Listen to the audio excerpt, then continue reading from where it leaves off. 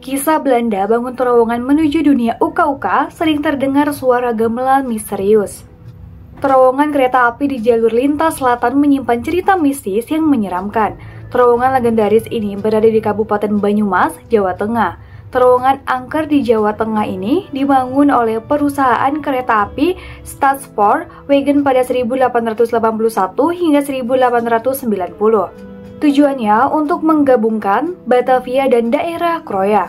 Penanaman terowongan ini disebabkan lubang panjang ini memiliki ujung yang tidak tampak. Hal tersebut terjadi karena bagian dalam terowongan yang dibuat melengkung dengan radius hingga 300 derajat.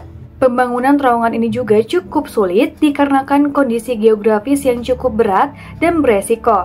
Selain harus membelah beberapa perbukitan di kawasan tersebut, ada pula sungai Serayu di perlintasan tersebut. Dikutip dari akun Twitter @kisahtanahjawa, pembangunan jalur ini menelan cukup banyak korban jiwa, sebab pemerintah Belanda menjalankan sistem kerja paksa untuk membangun terowongan angker di Jawa Tengah ini. Hal ini dibuktikan dengan adanya makam tua di atas bukit perlintasan kereta api di daerah tersebut. Disinyalir makam tua tersebut merupakan makam dari pekerja paksa proyek ini. Masyarakat sekitar meyakini pembangunan terowongan ini bahkan sampai menggunakan tumbal. Tak tanggung-tanggung, tumbal pembangunan salah satu pilar terowongan ini adalah grup Plenger. Pembangunan fondasi jembatan mengalami banyak kendala, salah satunya struktur dasar fondasi pilar yang sering ambles karena tergerus oleh derasnya air sungai.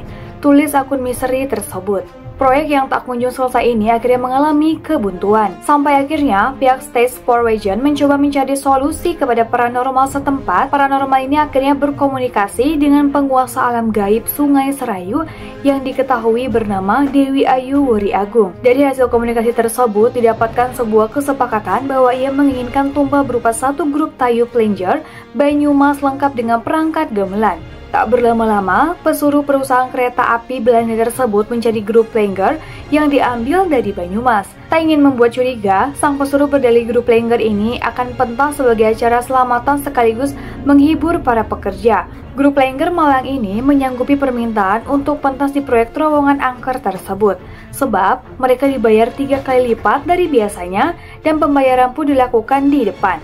Menjelang malam, obor-obor mulai dinyalakan di sekitar proyek terowongan angker Jawa Tengah ini. Berbagai macam peralatan gamelan ditaruh di dasar konstruksi terowongan ini. Sekitar pukul 9 malam, para pemain lengger mulai turun menuju ke dasar konstruksi. Gamelan mulai ditabuh, 2 orang penari cantik yang berusia 19 tahun mulai menari diiringi alunan musik. Sementara itu, para pekerja dan beberapa miner Belanda menyaksikan pertunjukan tersebut dari atas lubang besar yang akan dijadikan dasar fondasi. Para pekerja sudah paham akan terjadi pembunuhan massal terencana. Pasalnya, batu-batu besar telah disiapkan di atas lubang. Namun, para pekerja tidak mampu menolak dan berbuat banyak karena para pesuruh Stadspoorwegen mengawasi mereka di setiap sudut. Pertunjukan malam lengger tayub yang mestinya menyenangkan terasa mencekam. Malam itu, rembulan bersinar cukup terang. Sekitar pukul 12 malam, mendadak obor-obor dimatikan oleh para pekerja. Bahkan tangga menuju dasar fondasi turut diangkat naik. Para pengrawit beserta penari merasa bingung dan seketika musik berhenti. Belum sempat mereka bertanya-tanya apa yang terjadi, ratusan batu sungai yang berukuran besar dilemparkan dari atas oleh para pekerja atas intimidasi para pesuruh Stadspoorwegen. Kemudian disusul dengan material, bahan bangunan beserta batu koral yang digelontorkan dari atas melalui talang yang terbuat dari kayu. Akhirnya, para pengrawit dan penari terkubur hidup-hidup di dasar fondasi terowongan angker di Jawa Tengah ini. Hingga hari ini, pada malam-malam tertentu masih terdengar suara gamelan tayub dari arah terowongan tersebut. Meski terowongan ini masih kokoh berdiri, namun tidak lagi digunakan sebagai jalur kereta api Indonesia. Sumpah ya, Mimin jadi ikutan merinding.